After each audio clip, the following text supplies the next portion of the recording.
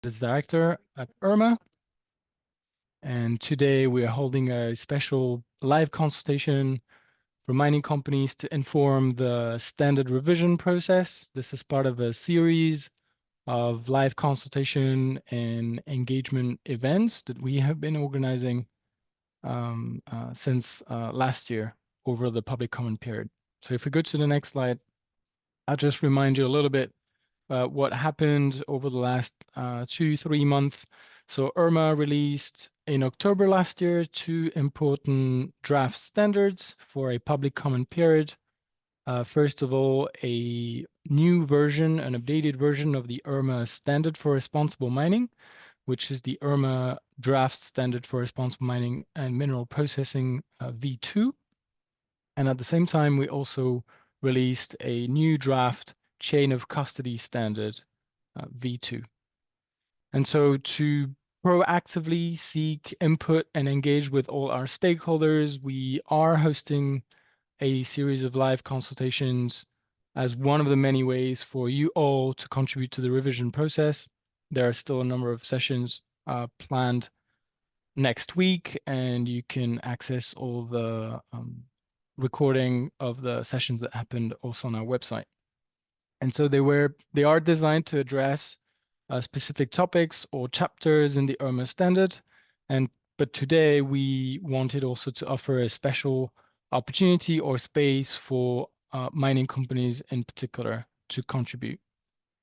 So if we go to the next slide, you'll see the agenda for today. We'll be sharing just some generic house rules for the session today, explain how you can contribute directly during the session to the standard revision process. We'll very briefly also remind or refresh you on what's IRMA, very briefly give you a little bit more information about the revision process itself. And then we'll go into, I think, dive into the core of the presentation and the focus for today, the proposed changes between the current IRMA standard, the 2018 version, Standard for Responsible Mining, and this new draft that we have released in October last year. And we'll make sure we have time for questions, recommendations, and a live conversation at the end. So if we go to the next slide, as I said, this event is hosted by IRMA, the Initiative for Responsible Mining Assurance.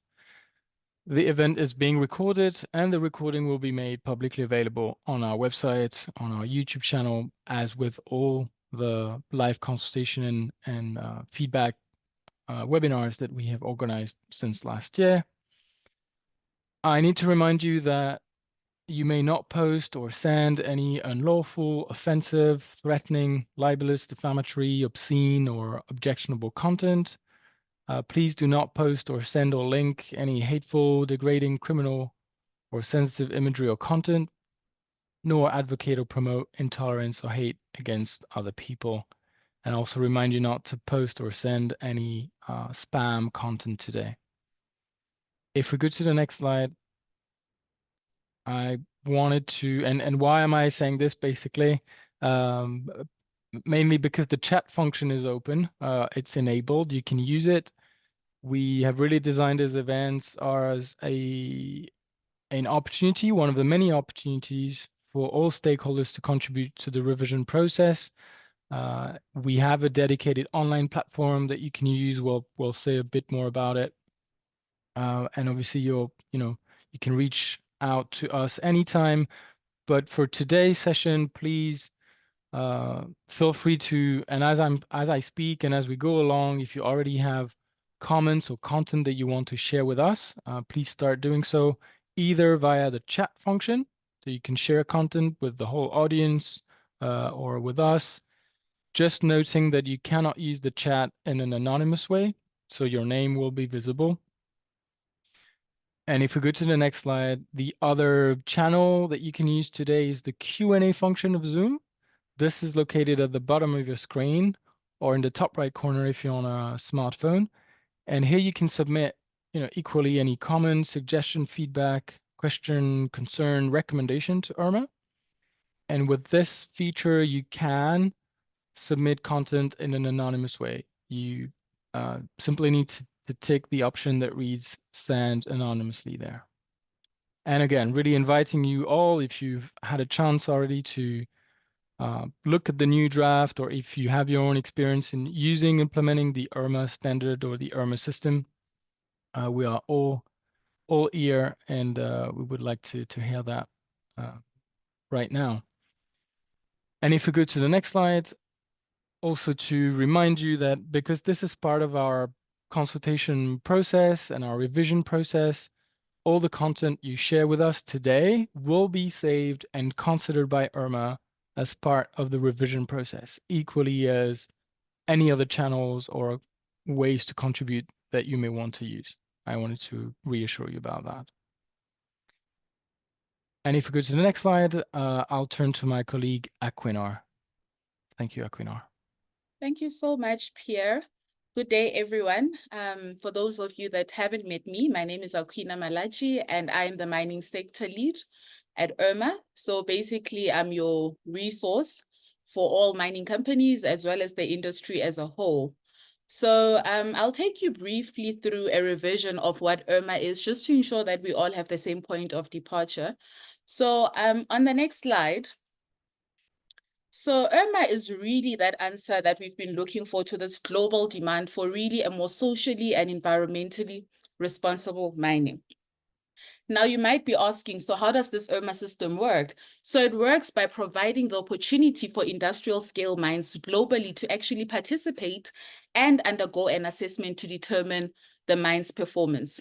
So in terms of how it was actually developed, it was developed through a robust multi-stakeholder process, which yielded 26 different topics. And those 26 different topics I'll be showing you later on in the slides have actually resulted into 26 chapters. So this system actually works in a manner where you get appointed independent auditors who come out to your mine. They actually do an evaluation of your mine and see actually if you do meet the IRMA requirements. Now, how is this done? You might be wondering. Through third-party audits, which include site visits. And in those site visits, it includes inputs from both your internal and external stakeholders. So those could range from your NGOs, your mine workers, community, civil society, etc., etc. On the next slide. Now, the IRMA governance system is one that's quite unique in that it hosts a standard and a verification system, which I've just explained, that's really equally governed by 6 different houses. Now, those are purchasing, NGOs, organized labor, affected communities, mining, investors, and finance. Now, all of these that you're seeing on the screen, they actually have what we refer to as veto power, equal voting rights. And yes, this does mean that if 2 representatives in any of the sectors that you can see on the slides actually come to a vote of a no on any topic or decision, the decision then stops. Then they all have to go back to the table and try to find a more acceptable solution. So indeed, it does mean that we do not move ahead while leaving an entire house behind. Now, on the next slide. So coming back to the 26 topics that yielded 26 chapters that I alluded to in the beginning, you can see that it really covers this full range of topics that come with industrial scale mining. Now, these chapters are actually spanning across 4 principal areas that are there in the standard. Now, these are business integrity, social responsibility, environmental responsibility, last but not least, planning for positive legacies.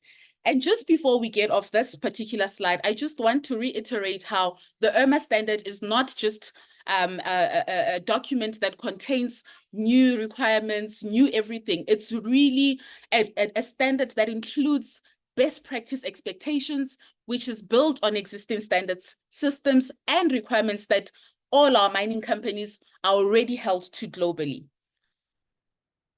On the next slide.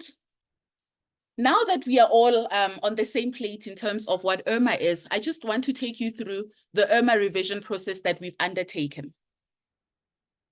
On the next slide.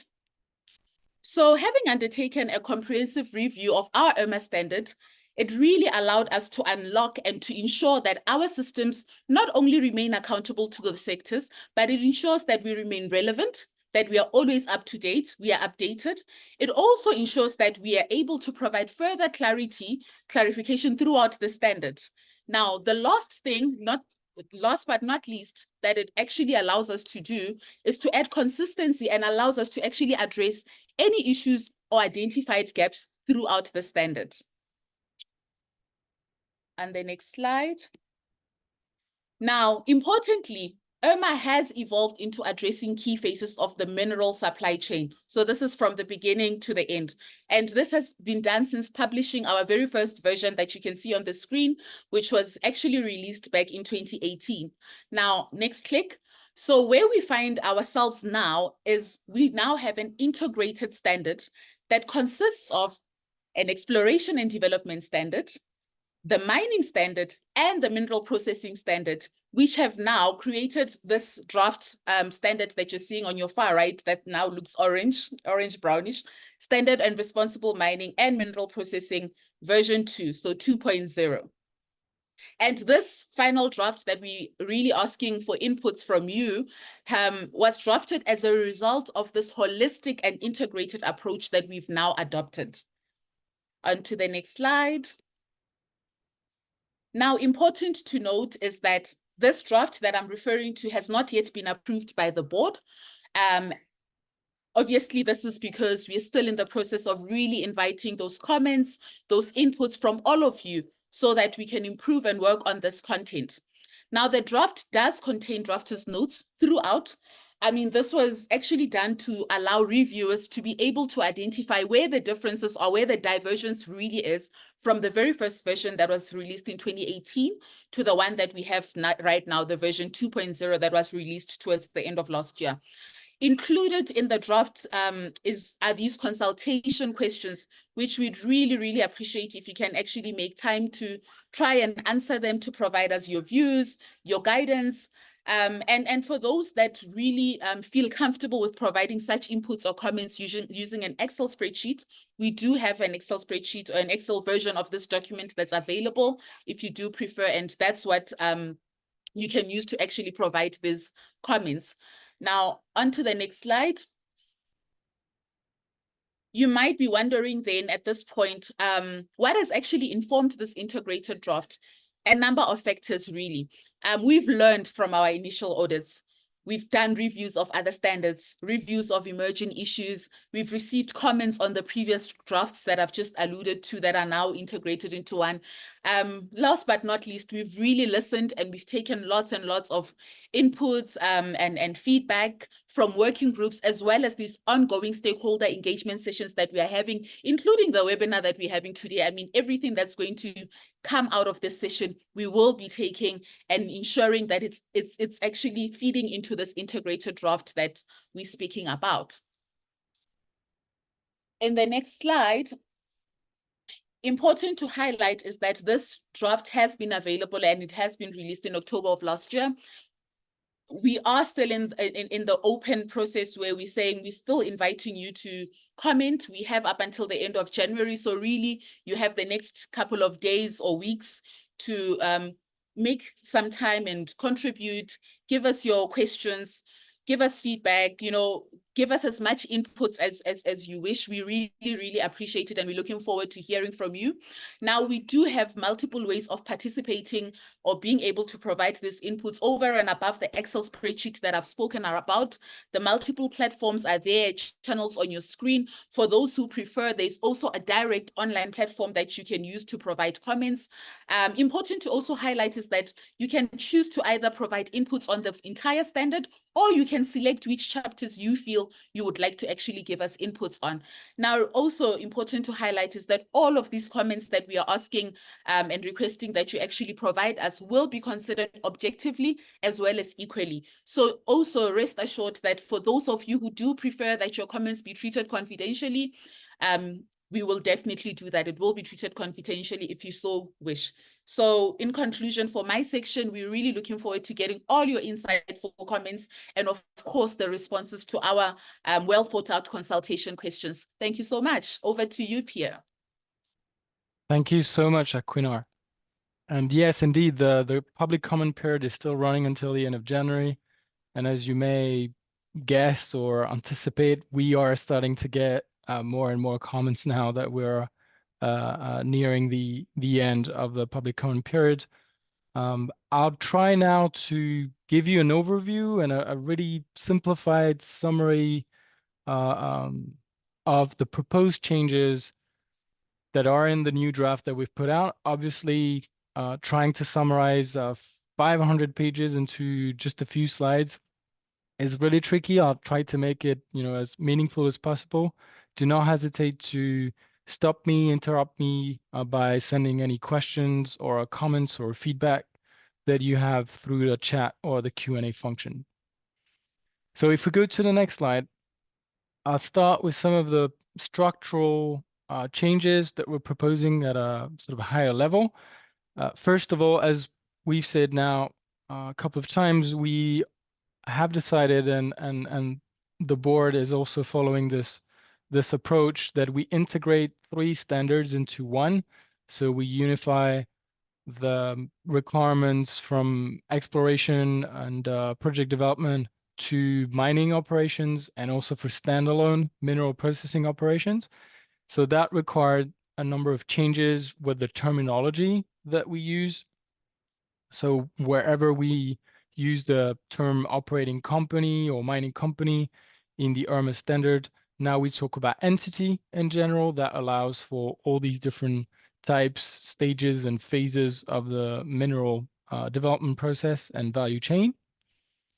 We have reorganized the content to have a more consistent flow, in particular with the social responsibility and environmental responsibility chapters. So if we go back to what Aquinar said in terms of the rationale for the revision, we're really using this opportunity to add clarity and add consistency. So more consistency, more clarity, filling gaps where some elements were overlooked or not necessarily clear or strong enough. And I'm really thinking here in how the IRMA standard embeds the continuous improvement, plan, do, check, act, rational, and really trying to reflect and articulate good management procedures and business practice. So some chapters in the 2018 version do not necessarily have a strong management plan requirement, although there are strong requirements around risk assessment, impact assessment, or vice versa. So we've also added consistency and fill gap here to make sure we did cover all these plan, do, check, act related sections and criteria. We've also used this opportunity to be more consistent where criteria are similar. So again, when the requirements are around risk identification or monitoring and evaluation, whether we're talking about water or waste or fundamental rights, also trying to be more consistent and more systematic to also help companies go through the standard and have a more holistic vision on their management standards and practices. And a big change that we're also proposing, largely informed and motivated by our experience with the accredited audit firms who have been implementing and assessing companies against the IRMA standard. We're proposing to remove all the language that currently refers to new mines versus existing mines. Now we're talking about entities, again, in general, whether this is an exploration project, whether this is a mine site that came into operation last year or 15 years ago, or a mineral processing facility, we're using only the term entities. If we go to the next slide, you'll see that we are also proposing a number of new chapters. Gender is a transversal issue in the IRMA standard, and it will remain the same way. But based on the feedback we had from a number of stakeholders and our ongoing engagement activities, we've heard the request for a dedicated gender equality and gender protections chapter. So we've kept the transversality and the cross-cutting requirements across the standard, but we're also proposing a new chapter with a number of new requirements. We're proposing a new chapter on the management of physical stability to expand and build on the existing requirements around tailings facilities onto other infrastructures and important facilities that also need to be looked over. We're proposing a new chapter on land management and soil management, which is clearly a gap currently in the 2018 IRMA standard. This is largely mapped out on the water management chapter, so you'll find very similar section around characterization, risk identification, management plan, monitoring and evaluation, and corrective and responsive action plans. So again, really embedding this strong and robust plan, do, check, act, continuous improvement approach. And we're also proposing to integrate a chapter that actually comes from the draft standard for responsible mineral processing. So this chapter will only be applicable to mineral processing on the responsible sourcing of input material. We are proposing to consolidate two chapters, namely the cyanide management and mercury management chapters, because there are a number of duplicates and repetition between these two, and it seemed more appropriate and actually more efficient to integrate them into existing chapters and their relevant impacts or issues, especially under waste and material management, water management, and air quality management. So all of this, again, there's a much more detail in the draft. As Aquinar said, you can find very detailed and specific background notes at the chapter level. At every requirement level, you'll see the rationale, what has changed, why, and some of the questions that we think are the most important and that we would love to have your feedback and recommendations. And particularly from mining companies, the corporate sector, and those of you who are actually on the ground and implementing these good practice on a daily basis. If we go to the next slide, this is where I'm going to try give you a brief yet informative overview of these 500 pages just over 4 slides. So bear with us. The first principle on business integrity, you see here in orange the chapters, so they remain the same as we have in the 2018 standard. Legal compliance, stakeholder engagement, anti-corruption, grievance mechanisms, human rights due diligence, and if we go to the next slide, you'll see that I've highlighted the brand new gender equality chapter. So this is new, as I said, and here we've tried to also have a robust sequence with policy requirement, risk assessment, management plans, monitoring and evaluation, public reporting, and continuous improvement. Again, coming with this same rationale that is really the essence of the IRMA standard. I've also highlighted here in the middle under stakeholder engagement, one of the change that I think it is quite characteristic and interesting, where again, based on the learning and experience we've now gained through more and more independent audits that have happened and have taken place, you would have seen that IRMA has already published 4 public audit reports. 2 more were published just over the last 2 months, and we have 16 more that are currently ongoing. We're hoping to have a batch of new public reports actually ready in the very next weeks. And so under stakeholder engagement, where the 2018 IRMA report has got a number of requirements where mining companies must demonstrate that a certain piece of information, X, Y, is available to stakeholders upon request. This has proven to be relatively difficult to assess for auditors and not always easy for companies also to demonstrate. So this has been changed and shifted a little bit. to make it more auditable and more practical.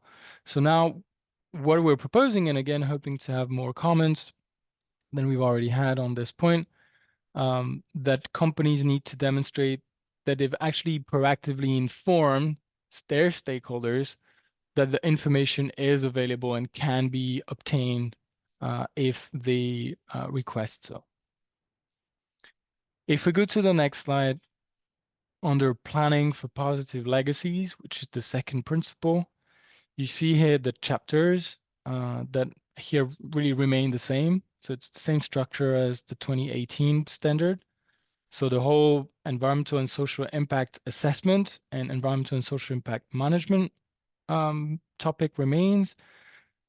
The Indigenous Peoples and Free, Prior, and Informed Consent chapter. We have the chapter on land acquisition, displacement, and resettlement. Chapter on community support and delivering benefits for communities and stakeholders. The topic of community emergency preparedness and response, and planning and financing reclamation and closure. Quite a few changes here. So again, all these bullets and the presentation itself will be available also if you want to spend more time on it.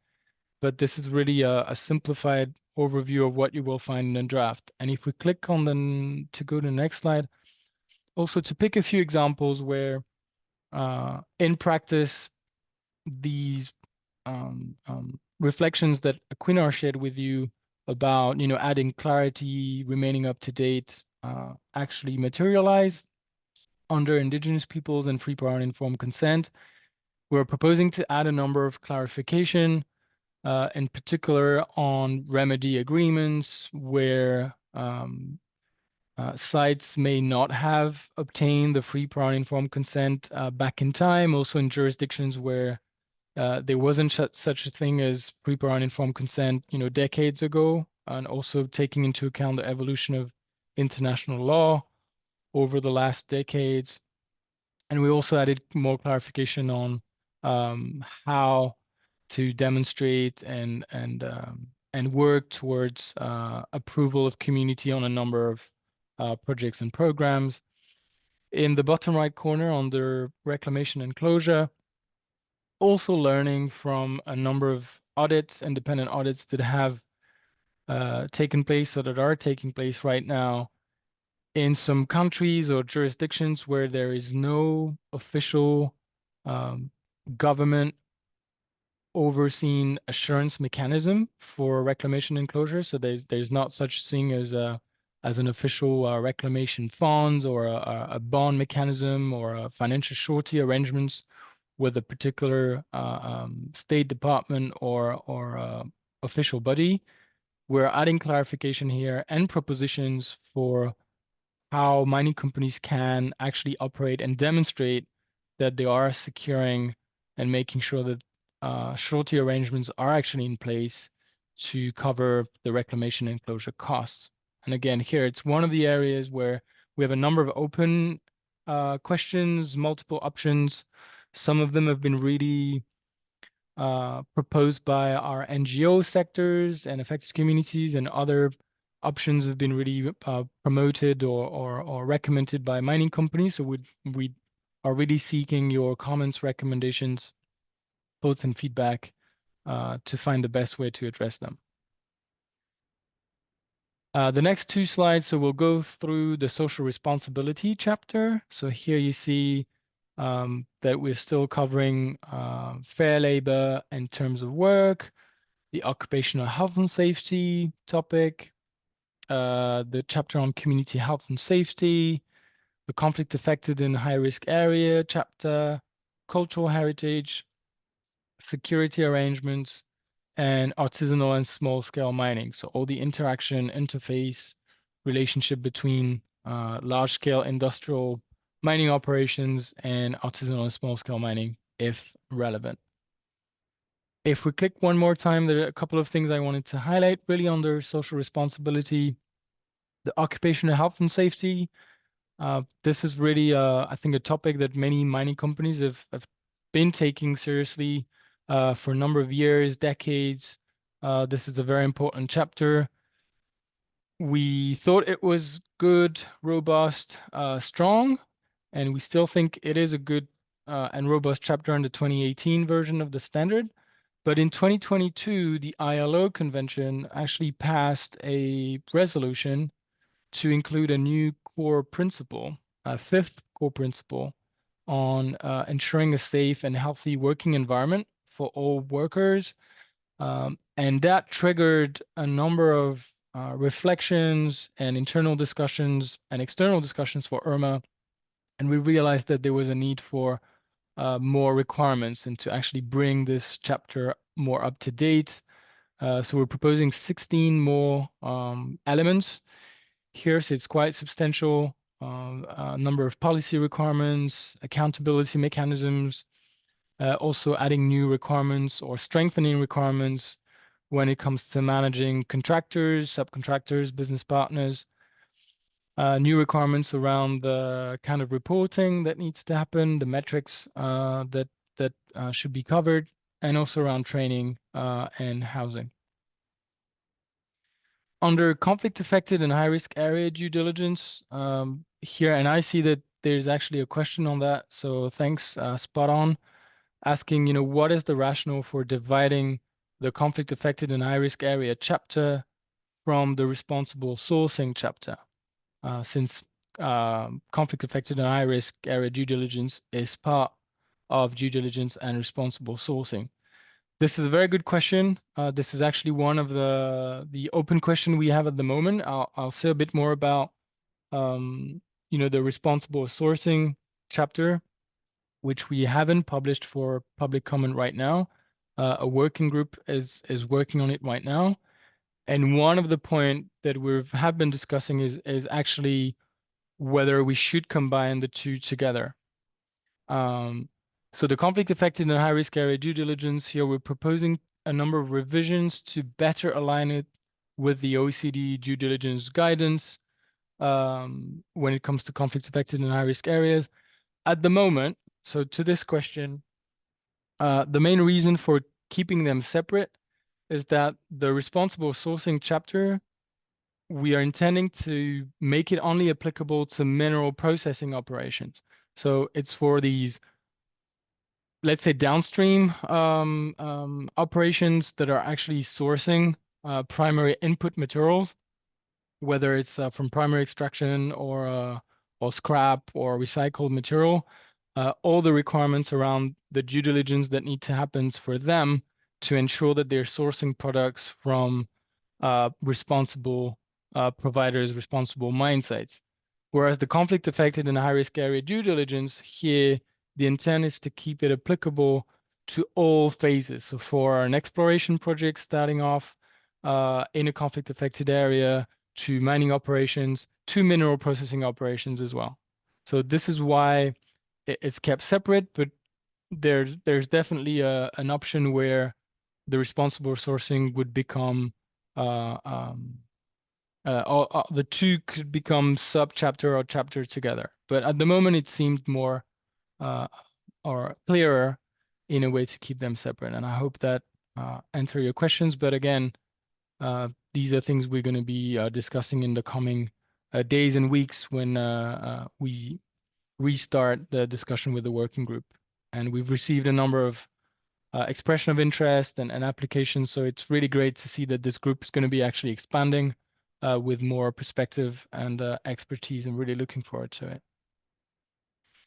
Then if we go to the next slide, please, to cover the last principle, the fourth principle of the IRMA standard on environmental responsibility.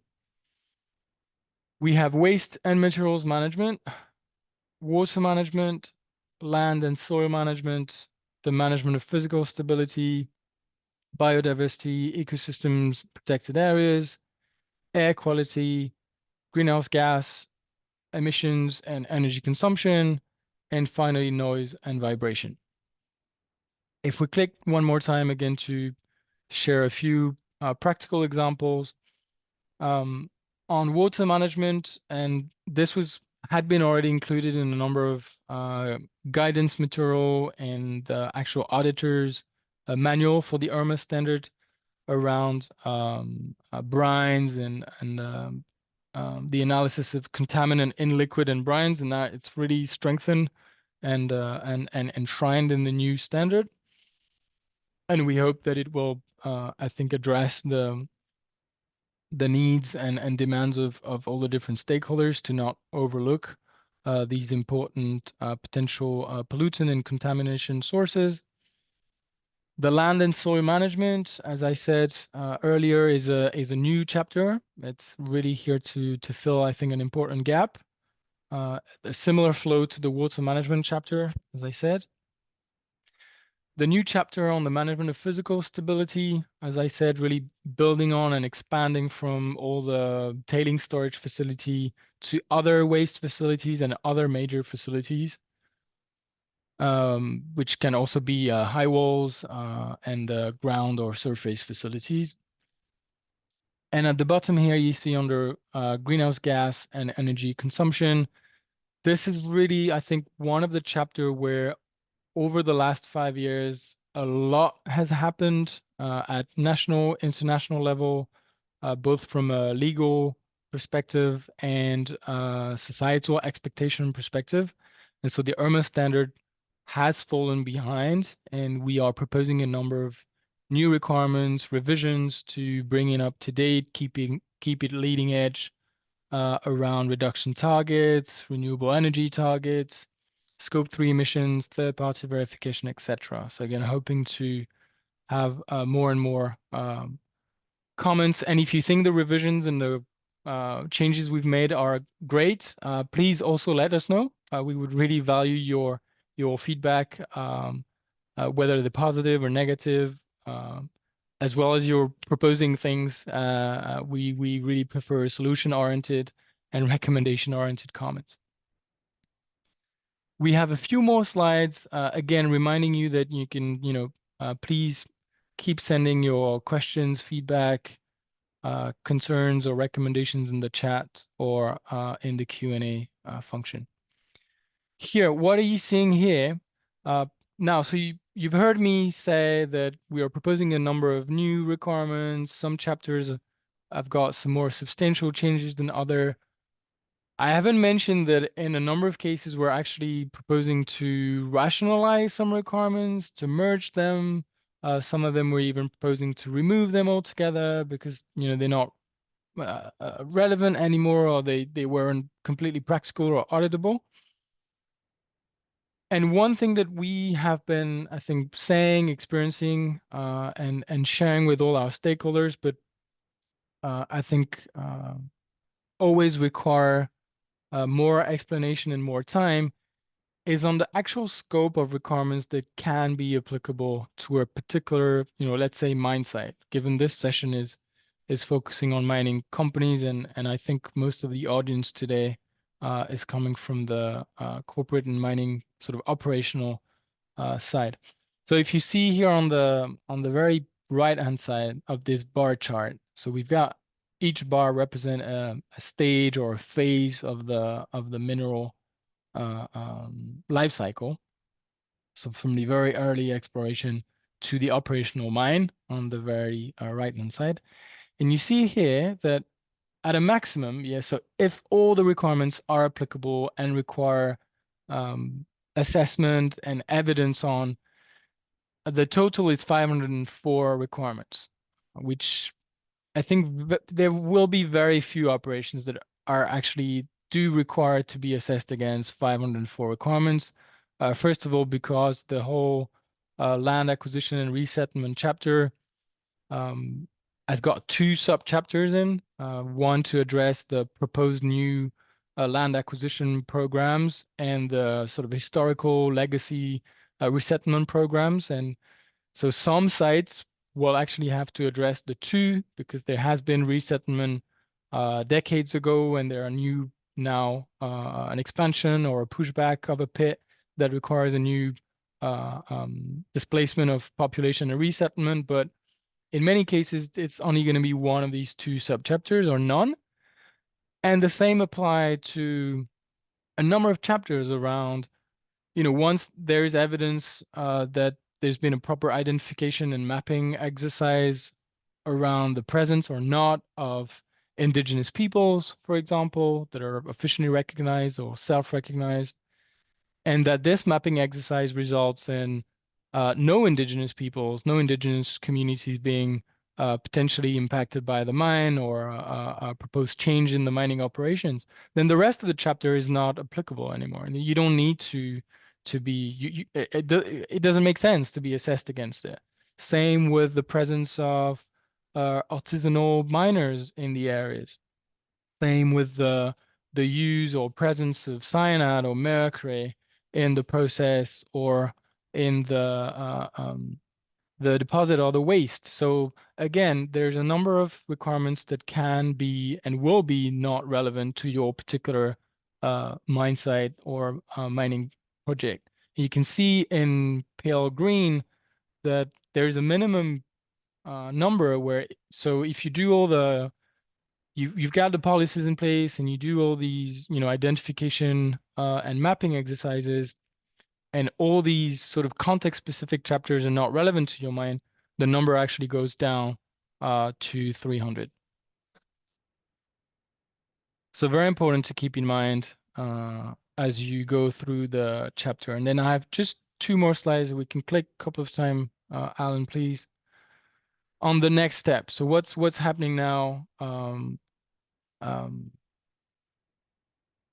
once as the public comment period is ongoing, and we have been receiving more and more comments and recommendations. Well, ultimately it will be for the board of directors of IRMA to make the decisions about the change, the improvements, agree on the new version of the IRMA standard. And we, as Aquinar explained, this is an equally governed multi-stakeholder board of directors. So the secretariat will prepare a proposition, making sure we consider the views and we integrate all the feedback. So again, reassuring you that everything that you share with us will be taken into account, and making sure that the new draft, the new standards is in line with the IRMA mission and vision. And if we go to the next slide about the working group, yeah, so the really final step. So as I said, when I entered this question about responsible sourcing, there is still this pending chapter that we're working on and will be informed in the coming weeks by experts. I see that there are still more questions about it. Well, I'll put my email address in the chat in a minute, and just write to me and tell me that you would like to join this working group, and we'll welcome everyone. And then we'll have to release this proposed new chapter for another short public consultation period. And then we'll revise the full standard, integrate all the feedback, as I said, and we'll also publish a public report with a summary of all the comments, feedback that we've received, and the proposed way to address and integrate them alongside the new version of the standard.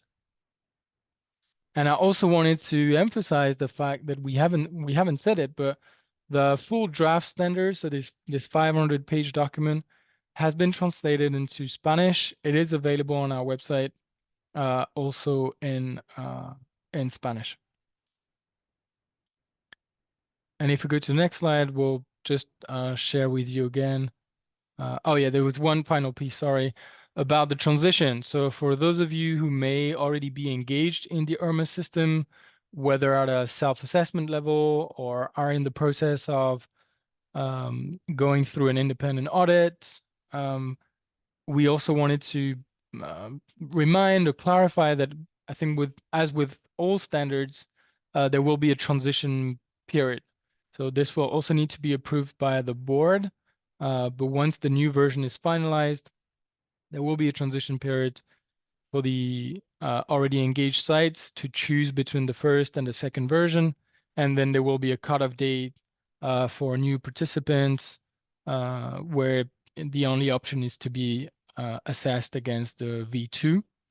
I've highlighted in the right-hand side the Mine Measure tool, which is our self-assessment tool, and reminding you all, if you haven't used it and you're interested in using it, it's free for your first mine site, your first project. please reach out to us to get your account activated, and we'll take you through and spend time with you so that you feel comfortable and know how to use it. But I also wanted to reassure all of you that the Mind Measure tool will transition so that the data is stored and transferred. And I realized that there was one piece of guidance and material that I wanted to mention today. And for that, I'd like to ask my colleague Jim to comment. It's one additional guidance piece that we've also published on how the standard can be applied to the different phases of the mineral life cycle. Jim, over no, to you glad- as we keep taking questions in the chat and Q&A. Thank you. Could we go up to the slide showing the different phases?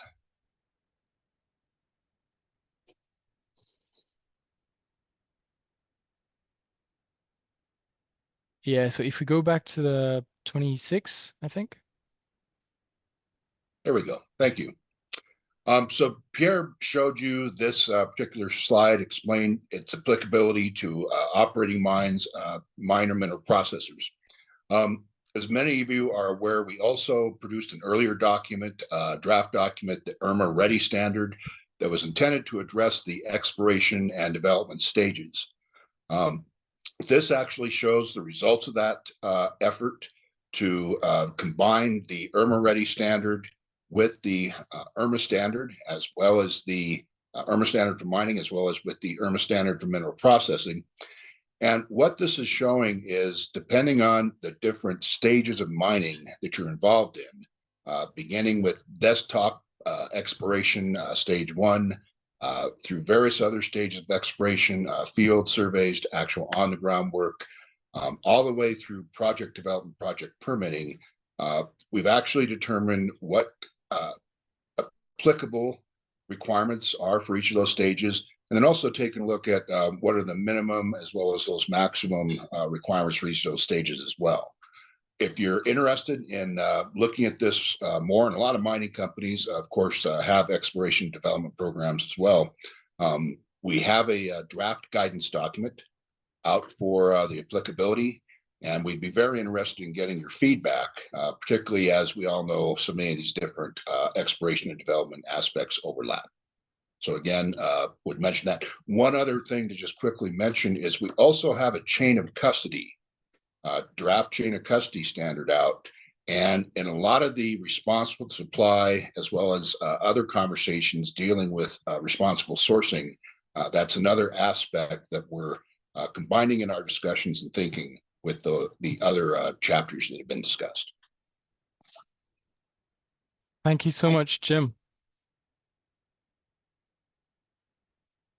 And as I'm looking at some of the questions that are coming in, and please do, keep sending them. We still have some time.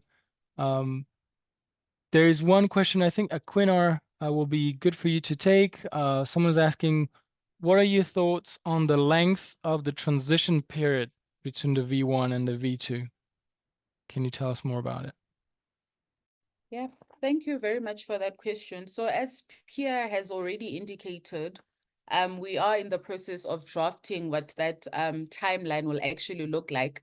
At this point, we cannot share the exact timelines because the board has not approved it, but we have looked at other standards and how they've done their work. We've also looked at our own standard and what we are trying to achieve with ours. And just to reiterate what he said, how it will work is that for those that are new in the system, they'll obviously have a chance to now go directly into version 2. But there's also a situation where we've got mines that are already in the system that will have an opportunity, a transition period, which is, like I said, yet to be announced. At this point, we have not announced it, where they'll actually choose between whether they want to continue being assessed using version 1 or whether they want to now go into version 2. Again, that will also have a cutoff date where at a specific time and date, everyone going forward would be expected to be assessed using version 2. So the exact timelines we'll be able to share and we'll publish as soon as we do get the board approval. I have submitted the first draft of what this timeline should look like, working in conjunction with Pierre. And as soon as we do have that approval, we'll be able to share it with everyone. So please bear with us, be patient with us as we're getting that approval. But definitely rest assured you will have enough time to do either do version 1 or version 2. So it won't be abrupt. We'll ensure that everyone is comfortable to make a conscious decision on what they think would actually be suitable for their specific site. Thank you. Yeah, thank you, Aquinar. And as you said in the introduction, the IRMA system not only is the standard, but there's the whole assurance system, the learning modules, the guidance material, and this is also a lot of background work that is going to happen once we've got as we get closer to the final version of the new standard. Mm-hmm. There is one question about the governance of IRMA, which says, you presented the 6 different houses or stakeholder groups that make up the board, but on the website there is a 7th house called At Large. Can you explain what this group represents, and is there plans to include more groups in the future? So that's a question I'm happy to take. And so very transparently, this 7th category of the IRMA board is currently Alan Young. So it's been very supporting, given his extensive and very particular experience in sitting on a number of boards around responsible supply chain, circular economy, FSC, etc. But he doesn't vote. So Alan cannot vote. He doesn't have a veto power. It's been more active in a supporting capacity until now. That said, there has been a number of conversation at IRMA to expand the houses. For example, the finance sector, when IRMA was created, there were only 5 houses, and so the finance house has been more recent, and there are clearly rational cases to be made to expand or rethink the governance. These are always things that we are also happy to hear comments, recommendations, feedback. The whole IRMA structure, system, and standard are living things. They're evolving, and we want to serve all our stakeholders in the best way we can.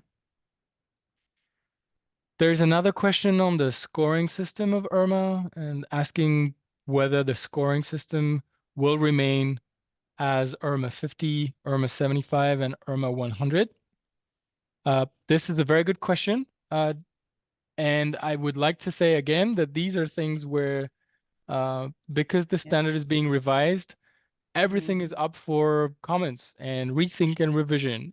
There has been some very active discussions and debates, particularly recently, as more and more minds get into the system and get their achievement levels to change the system or to keep it as it is.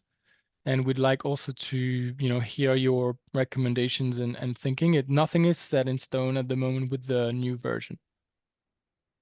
I don't know, Aquinar, if there's anything you want to add.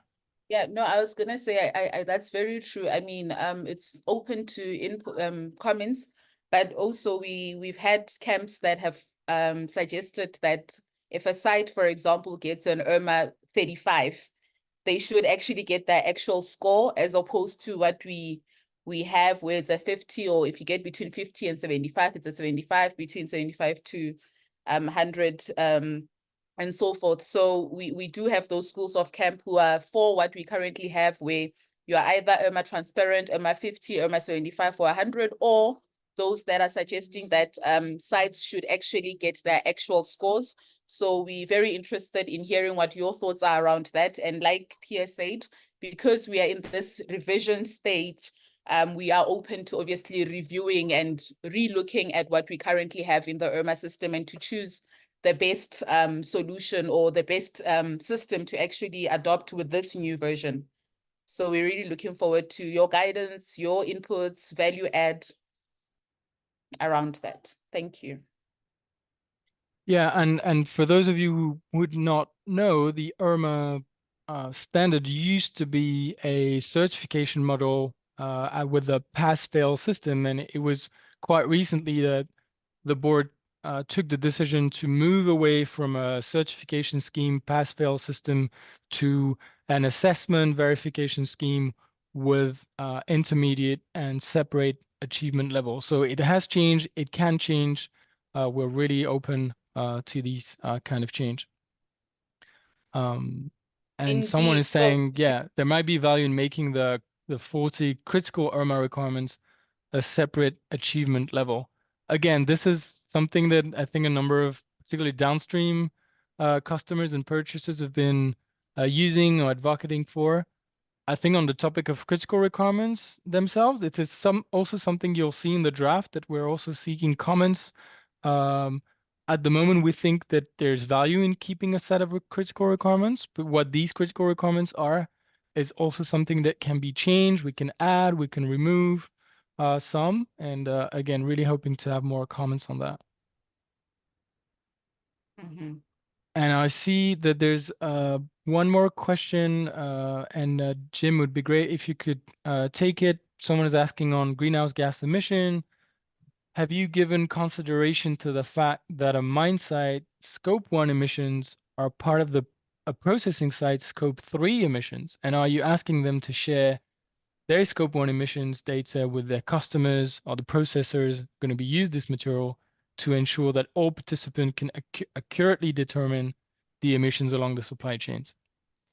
Any thought No, on so that? this is a interesting question in that, for one thing, just to make clear, we have three different potential situations: a mine only, where we have an open pit or underground mine, for example. We have another situation where we could have a mine and a mineral processor at the same site or property, and then others where we have a mineral processor that stands alone. So, answering your first part of your question, I'll need to sit down with our greenhouse gas expert and give that more thought.